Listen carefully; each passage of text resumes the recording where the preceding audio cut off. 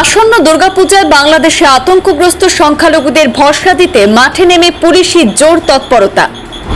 আতঙ্ক শঙ্কার মধ্যেও বাংলাদেশে গতবারের তুলনায় এবার পুজো বেড়েছে 258টি।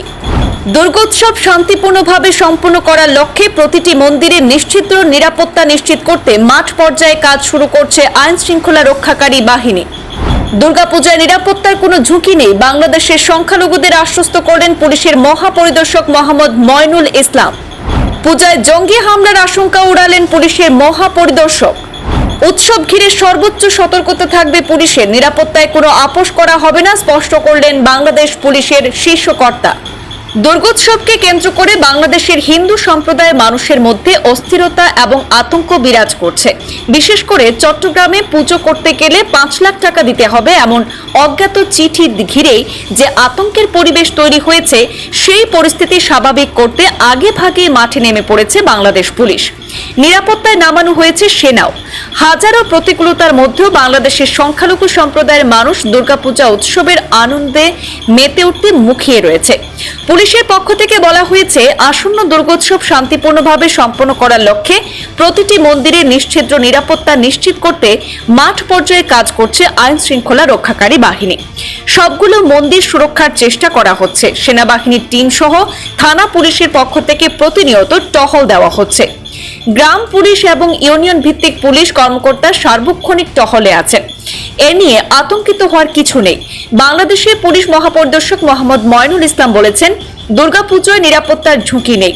দীর্ঘদিন ধরে বাংলাদেশের সনাতন ধর্মাবলম্বীরা পুজো উদযাপন করে আসছেন, এবারও তারা নিশ্চিন্তে পূজা উদযাপন করতে পারবেন। এছাড়াও বাংলাদেশে দুর্গাপূজাকে কেন্দ্র করে জঙ্গি হামলারও কোনো আশঙ্কা নেই। তারপরেও পুলিশ সর্বোচ্চ সতর্ক থাকবে, নিরাপত্তায় কোনো ছাড় দেওয়া হবে না। উল্লেখ্য, আগামী 9 থেকে 13 অক্টোবর সারা বাংলাদেশে শারদীয়া দুর্গাপূজা উদযাপিত হবে।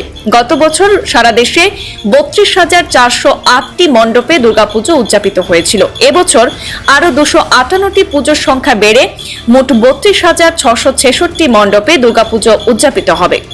আমাদের হাতে বাংলাদেশ পুলিশের মহাপরিদর্শক এবং রাজধানীর জনৈক পুজো উদ্যোক্তার মন্তব্য রয়েছে, আমরা শুনে নেব তাদের কাছ থেকে বিস্তারিত বিষয়।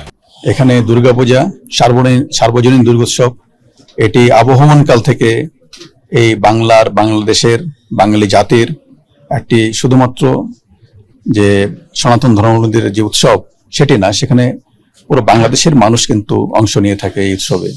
সুতরাং এই উৎসবটা অত্যন্ত শান্তিপূর্ণ হবে এবং এখানে হিন্দু সনাতন ধর্মাবলম্বী যারা, তারা এটাকে একবারে পুরোপুরি নিরাপত্তার সঙ্গে তাদের ধর্মীয় সাড়ম্বরে সেটি পালন করবে এবং বাংলাদেশ পুলিশ সেখানে পূর্ণ নিরাপত্তা দিবে।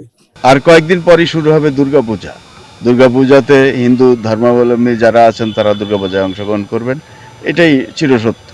কিন্তু পরিবেশ পরিস্থিতি একটু খারাপ দিকে যাওয়ার কথা আমরা শুনছি। যেমন খুলনাতে উড়ো চিঠি দিয়েছে বলে আমরা জানি যে 5 লাখ টাকা চাঁদার দাবিতে। যদি আইনগত ব্যবস্থার দিকে এগোচ্ছে আইন শৃঙ্খলা বাহিনী এবং তারা নিশ্চিত করছে এবং নিশ্চয়তা দিচ্ছে যে যে কোনোভাবেই যে কোনো মূল্যেই এই সম্প্রদায়ের যেই পূজা আছে, ধর্মীয় অনুষ্ঠান আছে, আচার আছে, সেটিকে তারা পালনের নিশ্চয়তা দিচ্ছে এবং নিশ্চিত করবে, নিরাপত্তা নিশ্চিতের চেষ্টা করবে।